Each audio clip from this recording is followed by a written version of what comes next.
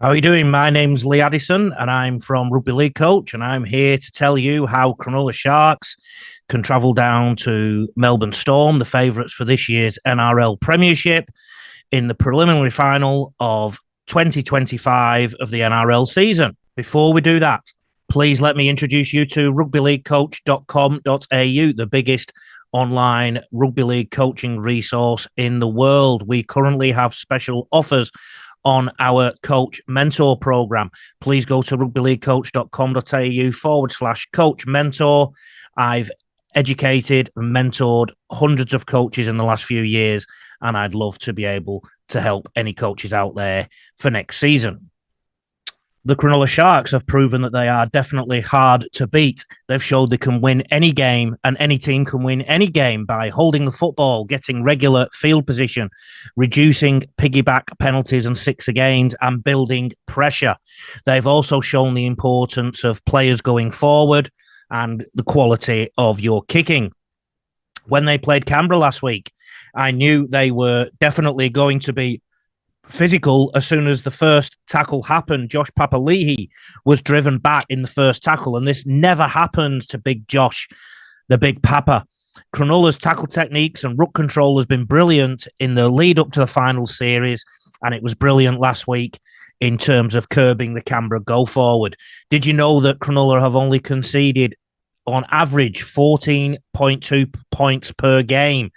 General statistics suggest you need to be conceding under 18 to win the Premiership. Another thing Cronulla are very good at is absorbing pressure. After 32 minutes against the Raiders last week, Canberra had a 85% completion rate. They were holding the ball. They were getting field position. Cronulla were only at 58%. And then for the rest of the game, Cronulla turned that round and got their completion rate really high.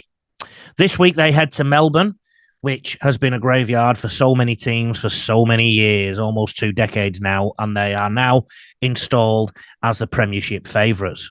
But now I'm going to show you some weaknesses that they have that Cronulla probably need to look to exploit. So this is a preview in terms of how Cronulla Sharks can unsettle the Melbourne Storm this weekend in the NRL preliminary final 2025. The Storm put bodies into the tackle very early on. As you can see here in this screen grab, there's 3 Melbourne Storm players around Jacob Carraz. And this is only a wing. This isn't a front rower. But also look at Cameron Munster backpedaling in the defensive line. He wasn't the only one. When they go in with bodies into the tackle, they invariably leave somebody at the play the ball when the ball is played, or they'll have a situation like this where 2 players are still trying to track back in the defensive line. I think Cronulla simply need to probe a little bit wider earlier this week. So push the ball wider than the ruck, because when you have an extra man out of the defensive line, like the Melbourne Storm do, if they were due to have 2 markers, then that means there's only 9 people in the defensive line. So there's space for Cronulla to probe. They just need to make sure they move the ball sensibly, not take too many uncalculated risks. To prove that this isn't just a one-time thing, it happened over and over again. Here's Melbourne with 3 players in the tackle and a 4th hovering. This number 10 didn't even go into the tackle. He just looped around trying to prepare to cover the offload. Here's another clip where Melbourne have clearly got 3 men in the tackle. If the Sharks play the ball quickly, Melbourne will consistently have 1 less defender in the line, which is an opportunity for them to attack and hopefully probe.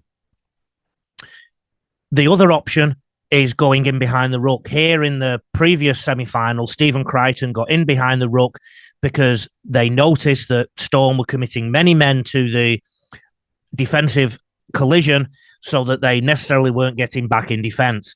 So once Cronulla have pushed the ball a little bit wider, the Melbourne Storm defence will probably react a little bit to that and try and predict that. I then suggest Cronulla go back to playing tight around the ruck, as Steve Crichton was about to do here, and he got some great go forward. You can probably see here Harry Grant has got his back turned.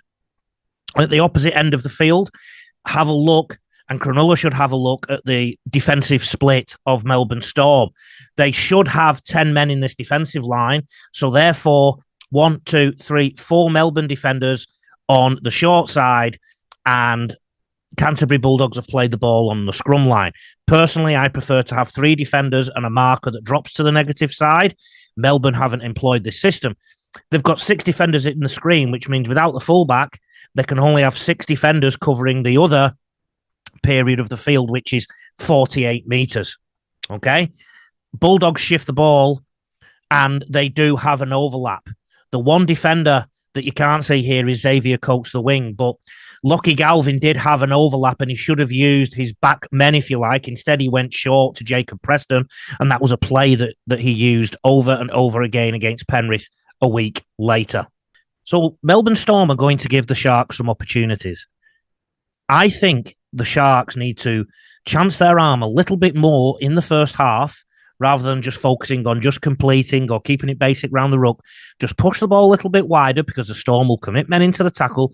The more you commit into the tackle, the less there are in the defensive line if the ball is played quickly. And then when they get to the opposite end of the field, they need to play the numbers game. Have a look at some numbers, early shifts, look to the edges, ask Melbourne Storm to defend their edges first, and then worry about playing through them later.